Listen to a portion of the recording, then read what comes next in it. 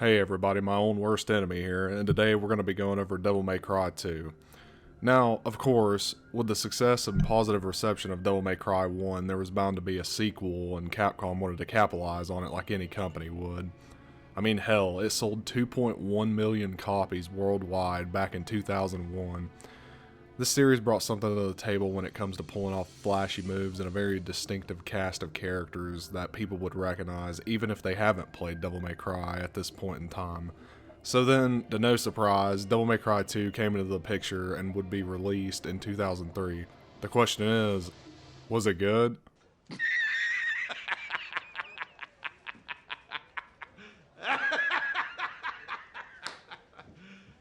You serious? Yeah, that's a big fat to the no. The black sheep of the series literally gives me hemorrhoids every time I play it. I cannot stand this game at all. It's certainly not the worst game ever made, but boring 100%. So anyway, sit back and let's dive into the game that almost killed the entire franchise.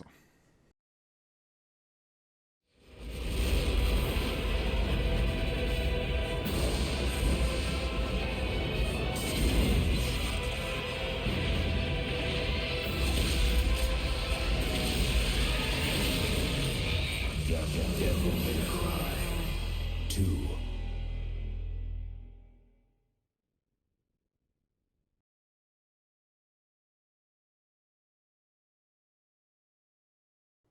Now, before I go on a rant for however long this video will be, there are some positives I have to say about this game, believe it or not. The first one I'm going to start off with is being able to switch your guns on the fly that evolved in later entries. This type of system lets you experiment more with what you can do inside of combat. Granted, it doesn't really matter in this game, but the foundation of the concept is nice to see. Because in Devil May Cry 1, you had to keep switching weapons in the menu, which was annoying in my opinion. So it's a cool quality of life change.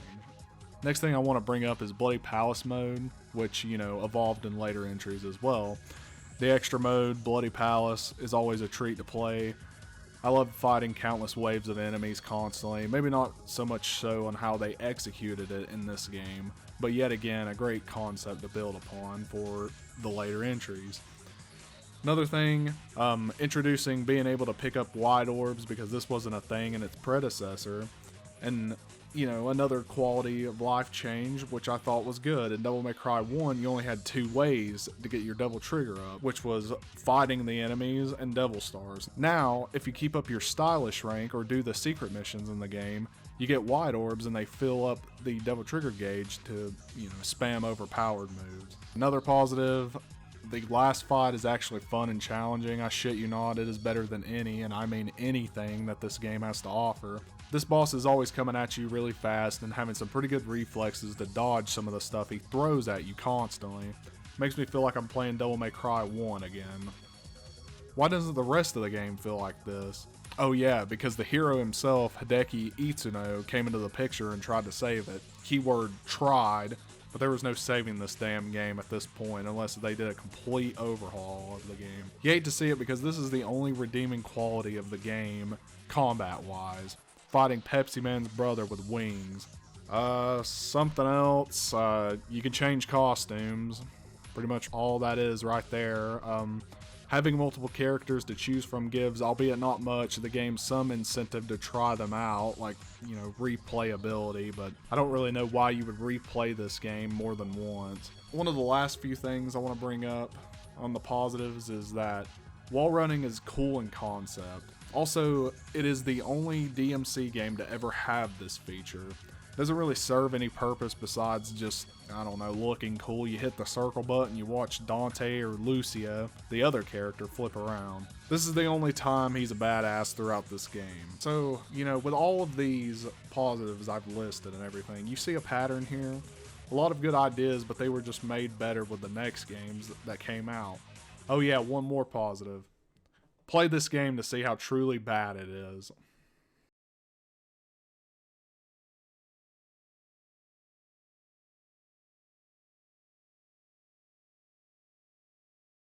So with those quality of life changes, I say that loosely, are not really impactful when it comes to the game as a whole, because Although they are definitely a step up from what Devil May Cry 1 was, and like, you know, the whole menu stuff and everything like that, and switching weapons. That's fine and all. But when it comes around to the actual game fully, it falls really flat on its ass. You know, it honestly took me a couple minutes to actually come up with positives too, because like, I have nothing but disappointment in this game, and there's so much negativity that I think that's in this game that I just have to go over it. Now, these negatives include, we're going to start off with a big one first that I think is the most important thing about a game, and it's the gameplay itself. Yes, the main thing that makes a video game is garbage. You know, if you haven't seen it already in my clips I've used in the intro and positives, let me show you some more examples of why this gameplay is just awful.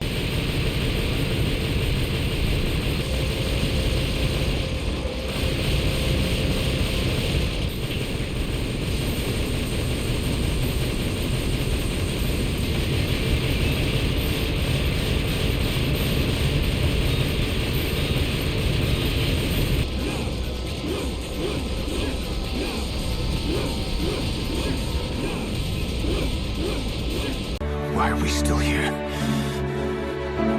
Just to suffer?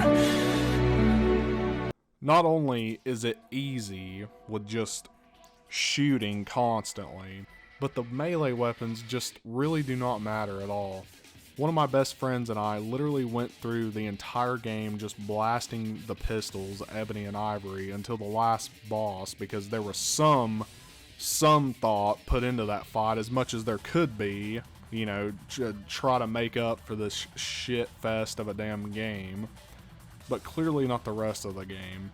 And I don't know if it's just me, but this game is just so much slower and floatier, if that's even a word, compared to Devil May Cry 1. Another thing, this one gets on my nerves, the camera.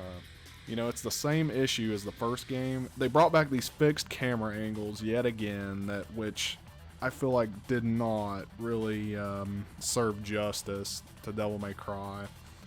You know, you will be fighting enemies off screen a lot in this game, and even fighting with the camera itself, because it keeps switching back and forth all the time. And like most enemies too, I have to bring this up as well. Most enemies, for some reason, they thought it was a good idea to keep them up in the air. Like they knew you would be spamming the fuck out of guns in this game. So they're literally off screen and you're just sitting there up in the sky and just shooting constantly. That's all you do. I swear, dude. It's like, how am I supposed to get enjoyment out of this when I can't even see what I'm fighting? It just feels like I'm shooting at nothing. I'm just shooting at the sky, hoping something will fall down and give me orbs. Another thing that just gets on my nerves, you know, like I was saying, you know, although you can switch guns on the fly and everything like that, and that was really cool that they brought this into the series, because this was the first game to do it. You know, you don't really need to use any of the other guns other than Ebony and Ivory, because they are like the most broken thing in this game. And, you know, if you just spam constantly, you don't even have to like switch weapons. It ain't even worth it. It's the same way with like the other character, Lucia. You just spam the daggers because they just come out super fast. And you can do that with Ebony and Ivory. If you have like a trigger finger, then you can just literally spam them and just drain, and I mean drain health. You know, the only other thing that's more powerful than Ebony and Ivory is going into Devil Trigger and just spamming his lightning beams. Same way with Lucia. You go into her chicken Devil Trigger form over there, and it's the same way. You just spam. You know, which leads into my other point. These melee weapons are all the exact same, just replicas of each other with very slight differences. And when I say slight, I mean slight.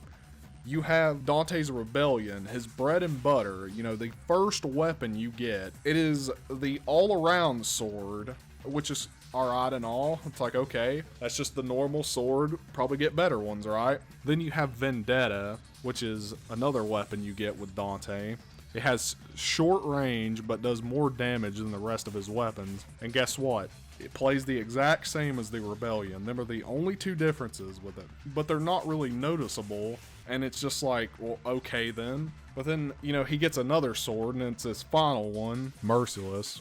We got some very memorable names with these extra swords compared to, you know, Devil May Cry 1, where you had, like, awesome stuff called Sparta and the Force Edge, but, you know, I digress. Merciless has the longest range out of every single weapon in this game, but it has the weakest damage output. The next major negative that I have with this game are the characters themselves. Dante is the definition of half the man he used to be in this game. Gone is the smartass and in some regard the badass part we all loved him for, and we are just left with an edgelord who thinks he's badass by having 1 minute and 30 seconds of dialogue. I've seen rocks that have more personality than Dante does in this game. They did my boy Dante dirty and stripped him of every trait he has from one, and we are just left with this shallow, soulless body that is called Dante, pretty much. It's heartbreaking, to be honest with you. Next, we have Lucia. We mentioned her before. You know, she doesn't really add much, and you don't really need to play her story at all. It's just, hey, these are the events through her eyes, pretty much. But it's not like a cool concept like how Resident Evil 2 or something else does it, where you have two characters and they're branching paths and they experience different things. It's kind of useless at this point because this game's just not good. And, you know, she doesn't really add much to the series, which is why we never see her again in any form of media or the future entries at all. You know, the final character I'm going to go over that has an impact on the story, I guess, is Arius. You know, he has the same issue as Lucia, very forgettable.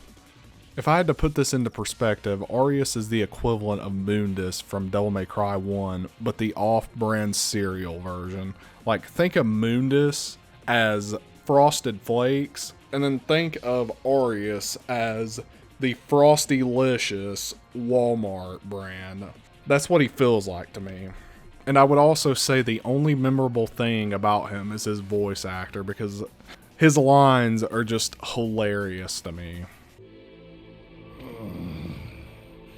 I must obtain the power of Argosax, or I cannot transcend all living things. Now I'll absorb his power. I will become an all-powerful immortal.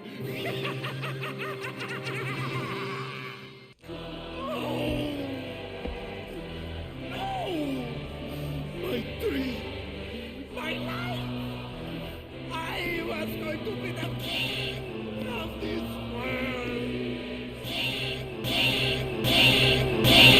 The next major key negative that I have with this game, and I brought it up a little bit in the characters side, but it's the story. It's just laughable. It feels like you're experiencing a side mission Dante just decided to take on because he was bored one day. So pretty much to sum up this quickly, Dante and Lucia are on a quest to find an important item. She then tells Dante to follow her to Domary Island. We're just going to call it Dummy Island. They fight some demons. Dante saves Lucia. They both meet an older woman that raised Lucia. She doesn't really play a big part other than giving them some items to seal the underworld. Dante flips a coin, says he will help out. Then after he leaves, the old woman and Lucia discuss where to find these other important items, because if they don't, Arius will open a gate to the underworld and revive the powerful demon saxophone over here. So then Dante and Lucia go do their thing. Lucia finds out she was created by Heihachi. What a twist. Dante and Lucia meet up again, and Lucia gives Dante another important item. She leaves, and then the old woman is like, save my child because she's going to get caught. and then Dante just goes. Dante saves Lucia from Heihachi and gives Heihachi the important items for no reason, but oh no, it was part of Dante's plan later on because he had the real coin all along and he swapped it with his coin that he flipped 80 times throughout the game, whether or not he'd help people. Awesome character development. He shoots Heihachi in the face, kills him, but not really because Lucia has to fight him in her story at the end. And then Dante has to fight reused assets from the boss from 1 and 2. Then he fights Saxophone, and yeah, that's it with the story. You know, it's a shallow story when it's summed up on Wikipedia in 4 little paragraphs. I shit you not. Look at this picture. Yeah. Awesome. This sounds like a fun little story on paper, but there's no weight to anything of holding importance. You're not at the edge of your seat constantly thinking about how to save the world from devastation with a bunch of demons popping up. No, you're probably passed out in your seat thinking about something else because to me, it's padding central. You could literally take this game out of the timeline and it would not make any difference to the story. Pointless in every aspect. So yeah, my final thoughts as a whole. All in all, this game just sucks to me. It took everything that Devil May Cry 1 established and just squandered it. Such a disappointment in the best of terms. Terrible combat, horrible voice acting, bled graphics, bled just everything. There were some really bad and awful decisions made from the director on this one. That's another thing. Something that is very strange to me about this game is that we don't even know who the real director was for this game. It was an anonymous figure that to this day, nobody knows who it was. Imagine being Hideki Itsuno, mentioned him earlier at the very beginning of the video, the director that came on to fix this game, and just cringing at the fact that you had to put your name on this turd of a fucking game. That must have been embarrassing. I know I would have hated it. Hell, I think anyone would. Having your name on a project where you just made the final boss just hurts. No love or passion in this game whatsoever. And if this was 2003 right now and someone came up to me and said 3, 4, and 5 will be amazing, I think they would be the biggest liar ever and say that this series is dead now. Boy, would I be wrong. However, yeah, this game is just not good. I would only say play it to see how not to make a video game. And if my video didn't convince you in the slightest, there are so many other videos out there that just showcase how truly of a flop this game really is. And what a flop it is, because not even Capcom wants to remember this travesty of a game.